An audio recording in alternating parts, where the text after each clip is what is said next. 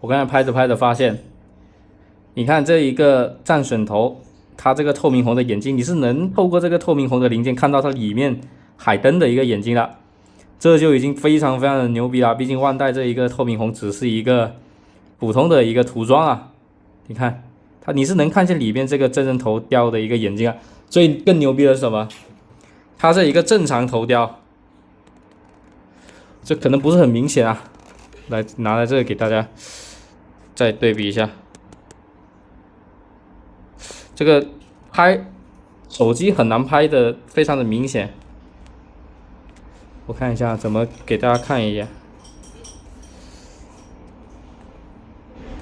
就是你也是可以通过这两个透明红的眼睛看到它里面真人头的一个眼睛的，这就非常非常的细节了。这里是铁牛，今天依然是给大家带来非常劲爆的我们的马菲克斯的最新的达斯维达 No.266，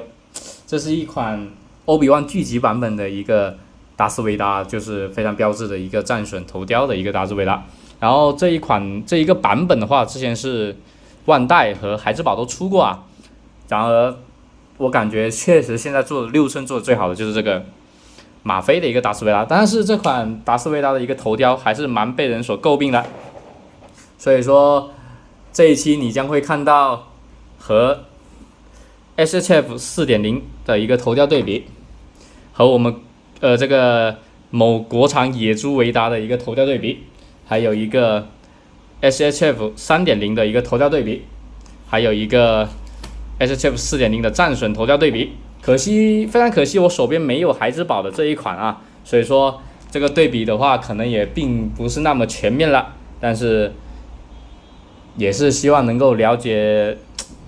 他们几个品牌之间的一个不同的一个朋友，能够给他们提供一个帮助吧，好吧。然后我要把这只小猫赶下去之后，我再重新拍视频啊，因为它真的很烦很烦。看了一下整个的一个灯光啊，不知道是不是达斯维达通体是黑色的原因，还是我灯光布置的一个原因啊？就我拍其他玩具的话 OK 了，但是每次拍达斯维达，整个画面的一个光线就会变得非常非常的奇怪，很难看清它头盔的一个细节，要么就是非常的脏。所以说这期只能尽量给大家拍的清晰一点、直观一点。然后我们现在看一下它的盒子，盒子就是正面一个大开窗，然后有非常多的关键，还有2个替换的一个头雕，左下角是达斯维达的一个战损头雕的一个刻写，然后旁边也是马菲经典的一个玩具侧面的一个盒子侧面的一个玩具图，然后背面就是这一次的众多的一个配件的一个展示啊，有非常多的关键啊，有判官的关键，他自己的关键是吧？还有那种挥砍的非常多的一筷子啊，然后就是2个头雕的一个展示，这边就是非常大的星球大战。这一款现在在国内的大陆的售价应该是在760块钱左右，是现在闲鱼炒起来的一个价格。在香港是差不多人民币600块钱左右，但是香港的货量也非常的少。我之前去香港就是要找这一款，找不到，所以说没有办法。今天也是又有朋友去香港玩，非常幸运的搞到了这一盒。然后虽然这盒不是我的，这个是帮朋友买的，然后我自己是购入了这2盒。这个有时间也给大家拍视频啊，这2盒我也非常非常的喜欢。那我们话不多说，来看一下玩具的一个主体是怎么样的一个数字表现。打开内包啊，首先映入我眼帘的不是怎么说，我第一注意力不是给玩具本体吸引了，我是给这张背景图吸引了。如果有玩过万代星球大战的朋友都知道，万代以前的 SHF 是会重绘非常好看的背景图的，虽然现在已经取消了啊。SHF 4.0 的这个欧比旺的那个背景图也是蛮好看的。那这一款马菲达斯维达也是有一个这样的一个背景图，我一开始还觉得蛮好看，是把这样的一个大的一个头像在这里，但是后面朋友指出来确实很怪，看到后面这对砍的安纳金不对砍的达斯维达和欧比旺没有，他们的关键是没有剑柄的啊，他们是直接手掌握着一整个激光剑，所以说这张图被很多人诟病是不是 AI 做图做出来的，我觉得这种嫌疑大有可能啊，所以说也不知道这算不算？你说他不用心吧，他做了一个背景图；你算他用心吧，他用了一张很 AI 的图来做背景图，就批评好吧，批评。但是希望之后马菲的星球大战也是能做点背景，只是能搞点真实一点的画师手绘的吧，不要搞这种了。把我们的整个主体拿出来之后，非常遗憾的是，拿出来之后就发现了这一边的一个披风中奖的一个问题啊，这一块是脱胶了，然后整体的披风就是开合的一个不一的打理的一个调整吧，总让我感觉怪怪的，就是很难去把它做到一个对称啊。不管是裙摆这边，你看总是有一边会比较的往外开，这一边又往内收，整体的，因为它这个裙摆不像 SHF 一样有铁丝。所以说调整起来还是需要费一点功夫啊。然后这个披风又老是会这样去移动，也不知道是不是中奖了还是怎么样啊？就反正调整起来还是蛮影响心情的啊，有点有点拗手，哎，不对，有点抠手。马菲达斯维达被誉为6寸最强达斯维达的束体啊。等一下我们来可动方面再来展示一下它这一款束体做的到底好不好。然后首先最重要的就是看头雕了，这个披风这个真的是很难在短时间内去把它打理的非常漂亮啊。但是我确实又很想拍视频跟大家分享这一款，所以说先把头雕看了，等一下再来慢慢打理。头雕我们能看到它这一个透明红的这一个目镜，这做的真的是非常的漂亮啊。然后我觉得我之前不怎么喜欢这款马菲维达的原因，就是因为它把里面海登的这一个战损点，就是安纳金的一个战损点做的太过于粉嫩，它的一个伤疤的一个刻画放到10倍给大家看，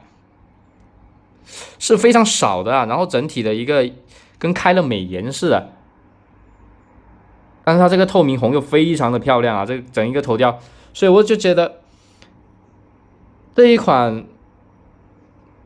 款战损的一个头雕啊，这半边是非常漂亮的，那这半边我个人是觉得不如 SHF 啊，但是这个东西就见仁见智啊。然后有没有发现它这里致敬伤口啊，它这一条银色线条是歪掉的，好像是个通病来着的都有，不知道是故意为之还是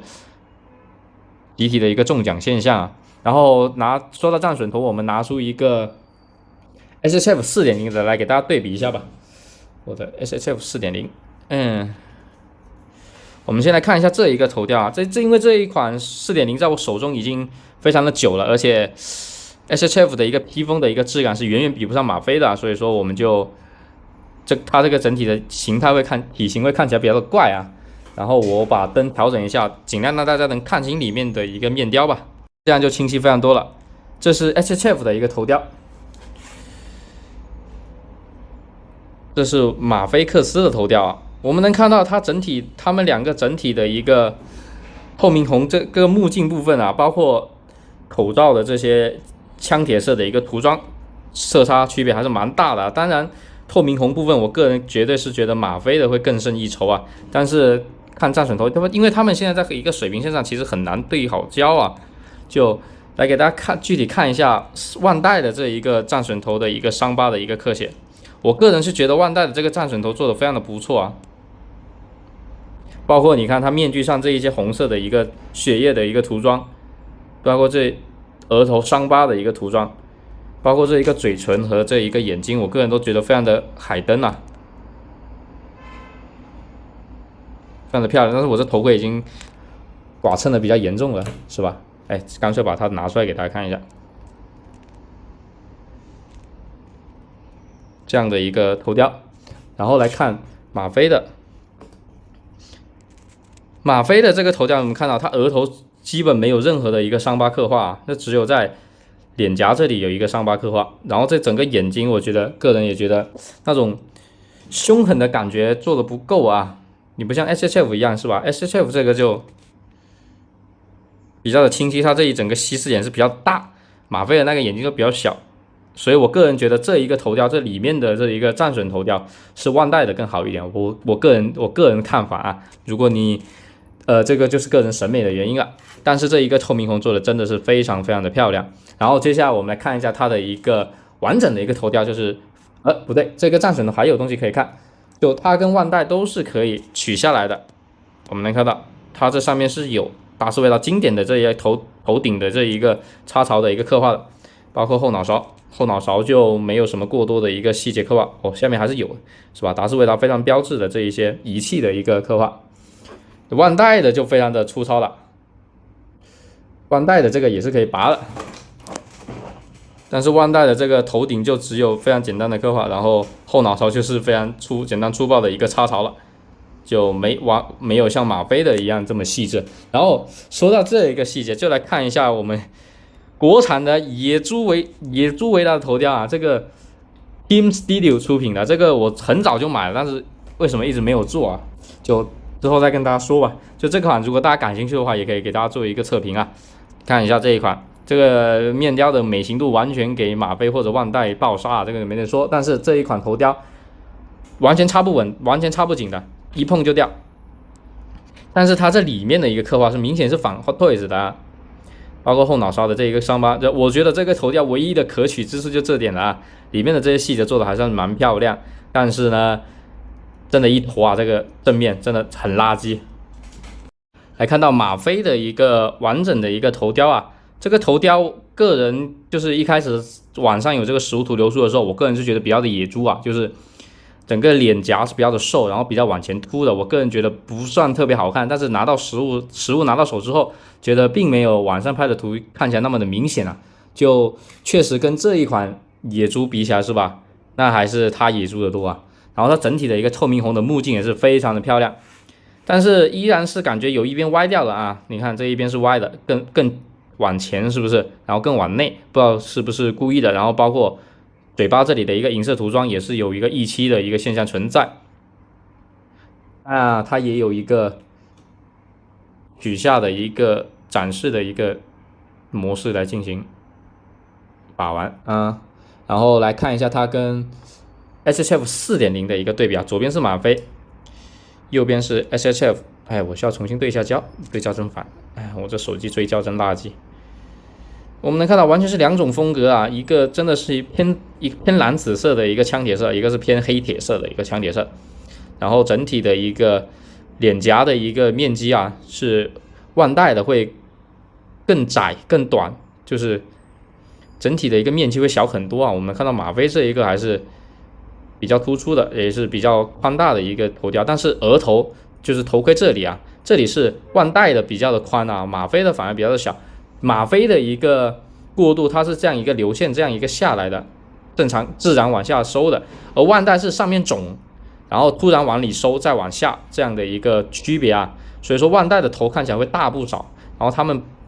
脖子的一个区别就是，马飞是带的下面这一节，万代就只有这么一个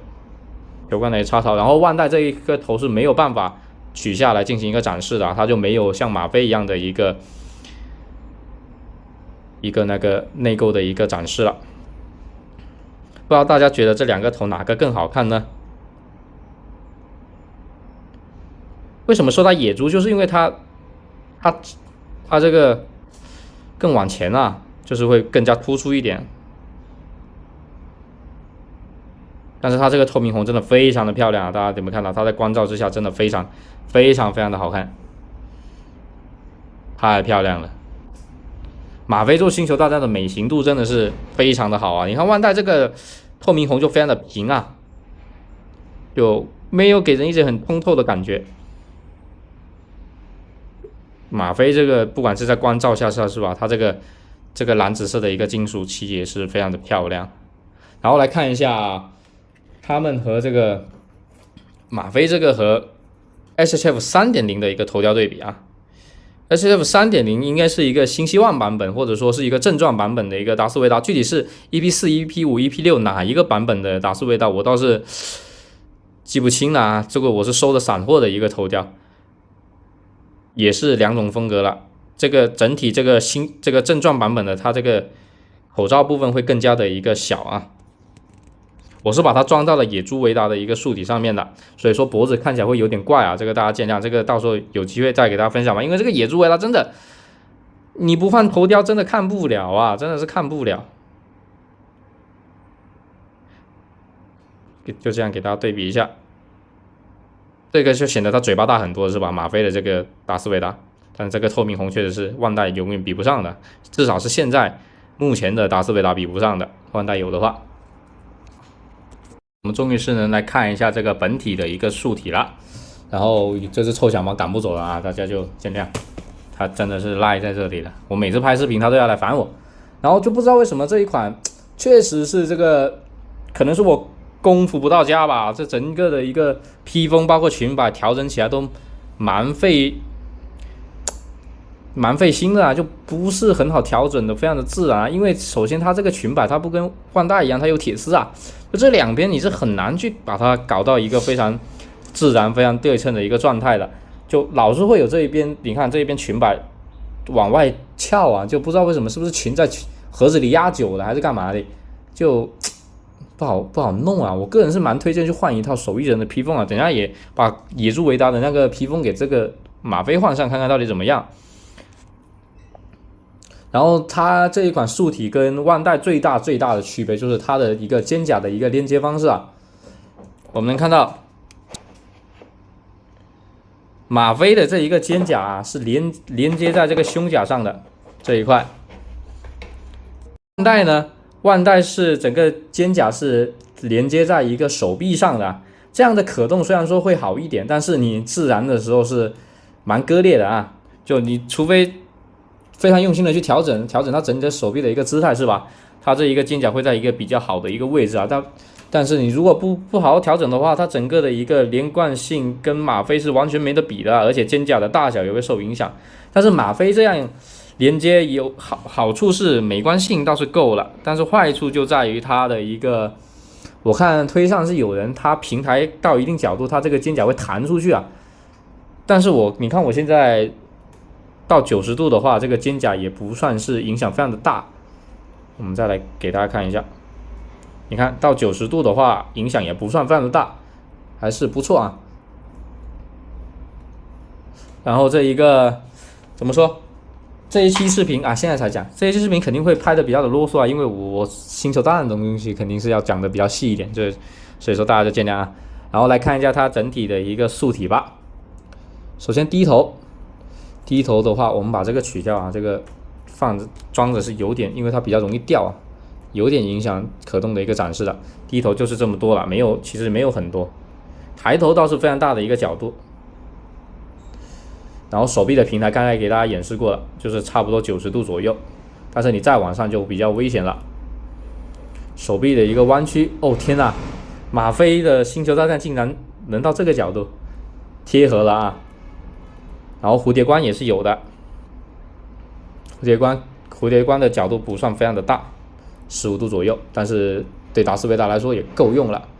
然后整体的一个腰腹的一个可动就比较的残疾了，向后仰是非常的大了，弯腰基本是没有，向后仰倒是非常的大啊，左右的一个侧摆。但是你看它活动的时候，它这个裙摆会往外喷一点啊，所以说还是得慢慢调整。你看它这个裙摆又变成这样了，真的是很难打理啊。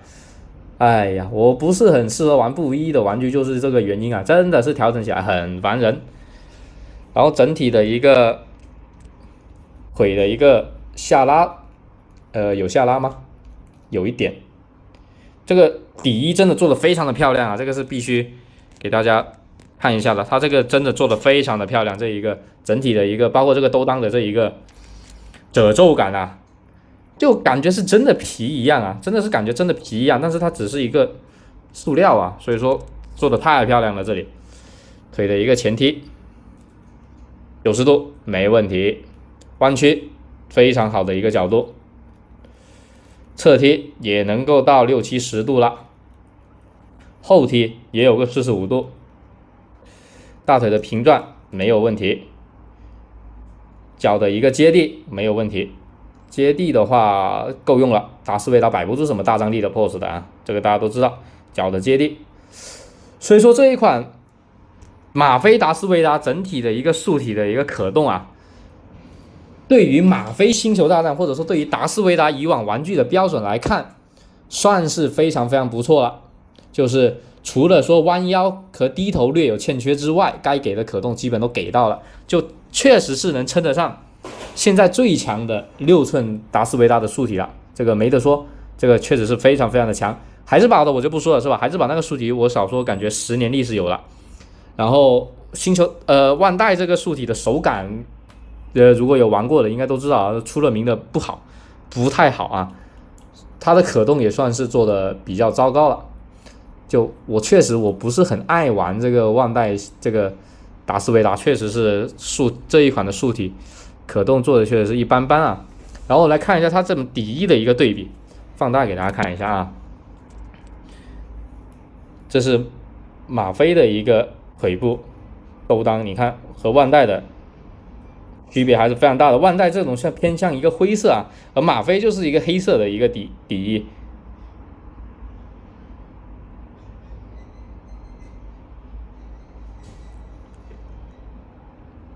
你看这个灰和黑之间的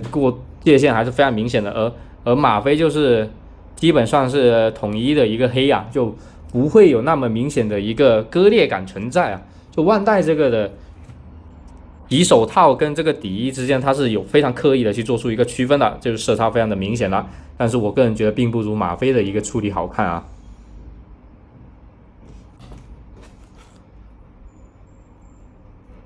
然后他们的这一个，因为这是一个战损的一个维达嘛，所以说它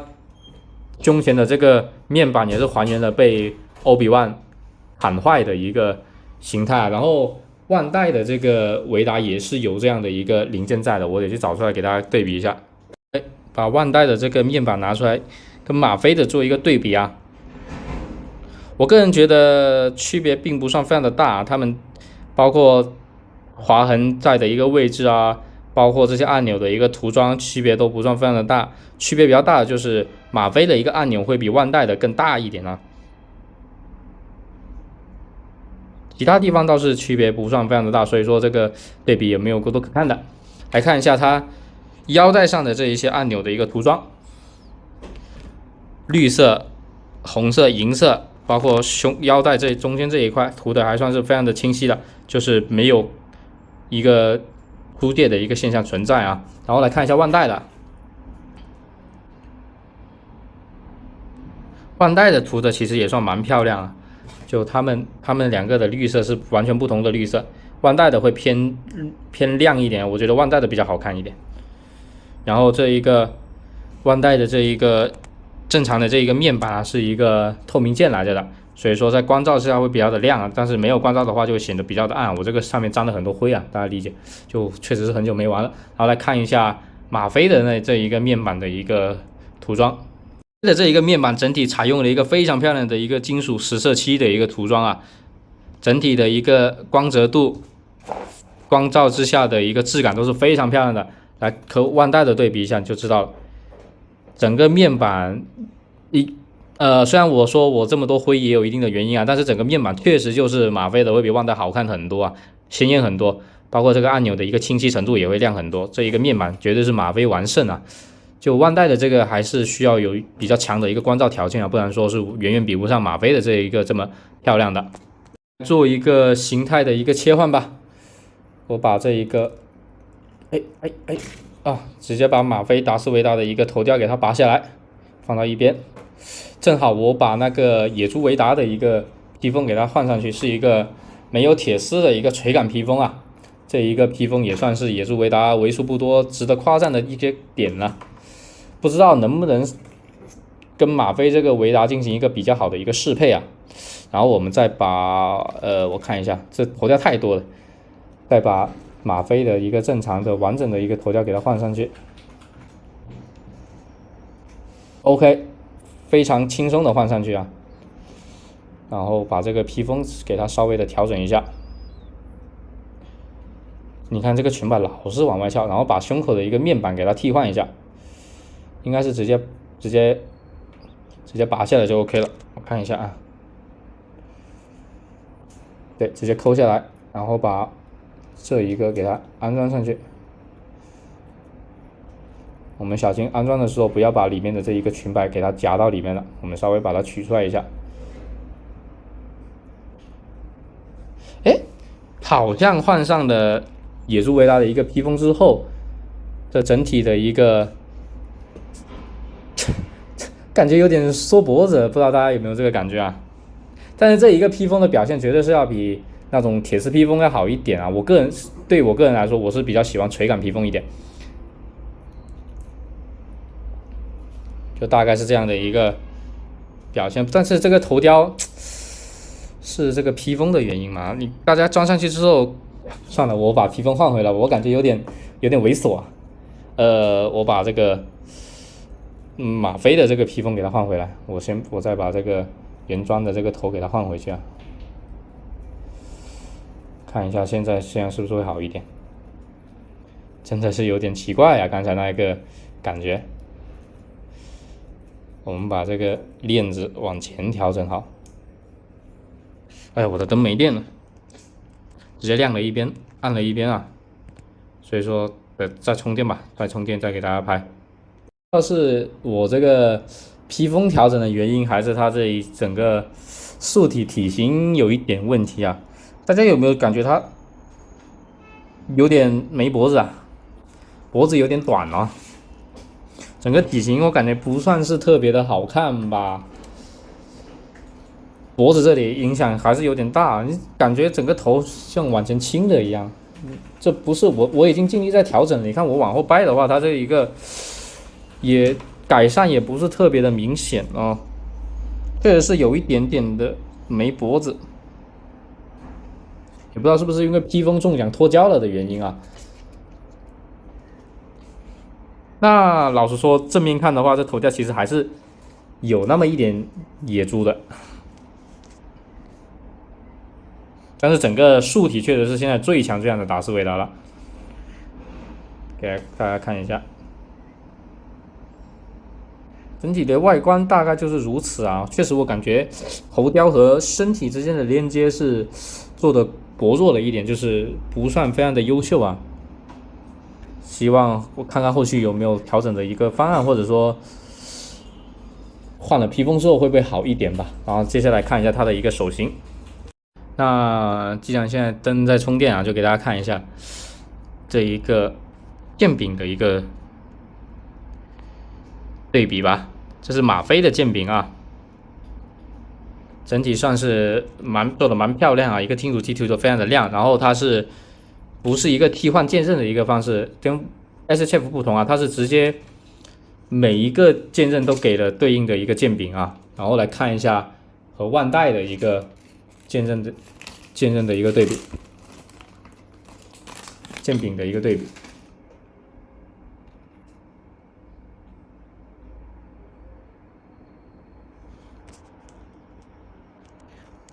哎呀，这不好比啊，因为我要这个万代的我要捏着。好 ，OK， 这样比较明显一点。左边是马飞啊，右边是万代。我们能看到它的一个金属漆的一个区别非常的大啊。马飞这个是黑铁色的一个，涂的算非常的漂亮，然后剑柄也是黑色的占比比较多，然后万代就是银色的占比会多很多很多，而且按钮的一个刻画也是马飞清晰很多啊。所以说剑柄这一方面绝对是马飞完胜啊。然后我们再来看看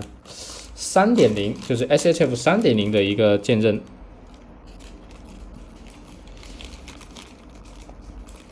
我看一下，还不算特别好找。这一个应该是 SHF 3.0 的一个剑刃，和马飞剑刃进行一个对比。我们能看到问题依然是金属漆和银色占比的一个区分啊，所以说马飞这一款真的是非常非常的漂亮。再来看一看和传说中的野猪维达剑柄的这一个对比啊，野猪维达这个就是水壶剑来着的，我们能看到它真的是大了很多啊。虽然说上面有一些比较细的分色涂装，但是我们能看到它剑柄下面的线条涂的真是一塌糊涂啊。然后这一个野猪维达光剑最让人诟病的就是你看它整体的一个剑刃真的是短的可怜啊，真的是跟剔牙签一样了，非常短，跟高达的激光剑一样。哪有人的关键是这么做的嘛？往前收缩，然后一个尖尖的头。看过星球大战吗？你就这样做。所以说这款野猪维达我是有非常多想喷它的点的啊，但是之前确实是出于各种原因啊，没有第一时间喷啊。那如果大家感兴趣的话，下一期我就出视频喷一喷这野猪维达。然后整体的一个剑刃也是非常的暗淡啊，你看马飞这个多漂亮啊！所以说马飞在剑柄这方面真的是做到了，我感觉可以说近乎完美吧，好吧，真的是近乎完美。包括这一个正常收纳状态下的一个剑柄，也是做的非常的漂亮的。它这一个银色，也不能说它像黑铁色，但是呢是一个非常漂亮的一个银色啊，就是有点像电镀漆的那种的。包括这一颗灰砍的这一个关键啊，虽然说我非常讨厌这一种特效键，但是它这一个剑柄也依然是保持着水准。然后这一个马飞这一次的标志性的就是给了一个判官的一个关键啊，你看整体的这一个剑柄上面的一个金属漆的一个分色是涂的非常漂亮的，而且这一个关键的造型也非常的有特点啊，一个半圆形的一个双头光剑，然后它这个也是可以掰的，掰成2半，各给了一个啊，就是给了一对嘛。我们能看到它上面的这一个银漆真的是像电镀漆一样的，非常的好看，包括这一个黑色也涂的非常的有质感啊。但是哇，大中奖看到没有，这一大块银色的一个掉漆啊，这一只就没有，这个品控还是需要多去调整啊。非常好看的剑刃，再来欣赏一下。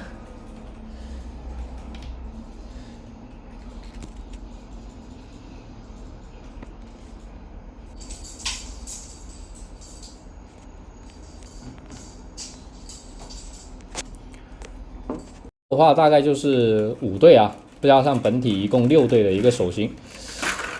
哇，整体还是有点。然后是配了吗啡的一个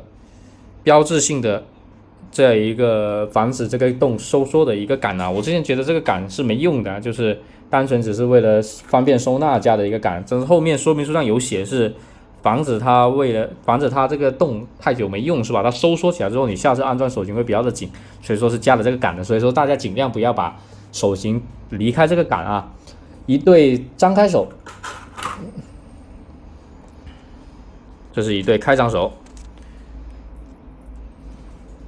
还有一对放松手，一对这个叫应该是握腰带的手啊，应该是达斯维达标志性的握腰带的手，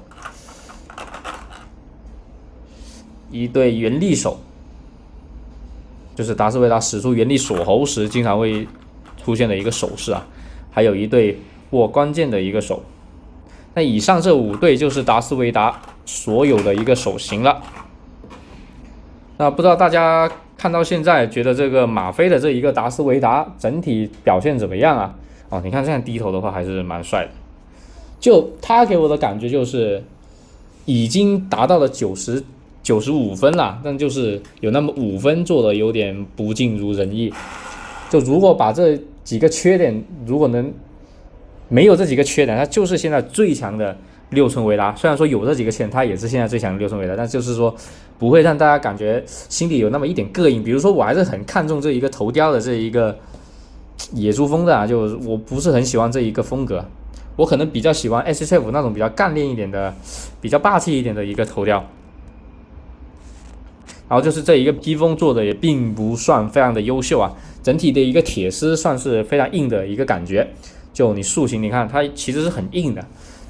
其实跟比万代 SHF 的强不了多少，但是它包括一些细节的一些分色涂装，包括剑柄的一个涂装、底衣的一个涂装，然后维生装置的涂装，包括眼镜目镜是吧？除了说战损真人头的一个战损涂装涂的不尽如人意之外，其他各个方向的一个涂装可以说是做到了现在最好的达斯维达的一个水准了，包括它也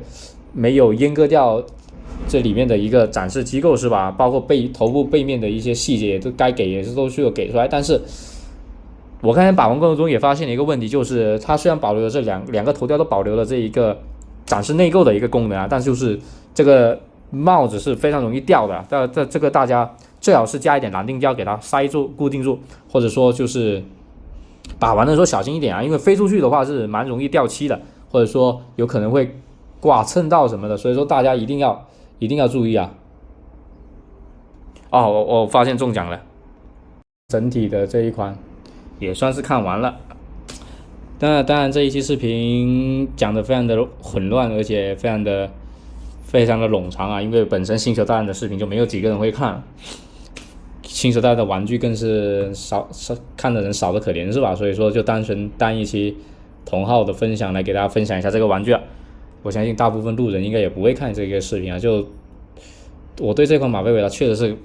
感觉还算非常的不错啊，但是现在这个价格也不推荐大家高追，还有那个 HCF 的 Obi-Wan 版本的一个达斯维达也是已经涨到了600-700块钱了，也没有必要去高追啊，就看看国内会不会到时候大货进来之后价格会往下跌一点吧。我觉得600块钱的话，这个维达还是可以无脑购入的，但是你一旦600以上，或者说差不多到700块钱了，我觉得这一款维达也并没有非常的值得去购买啊，因为其实你600-700块钱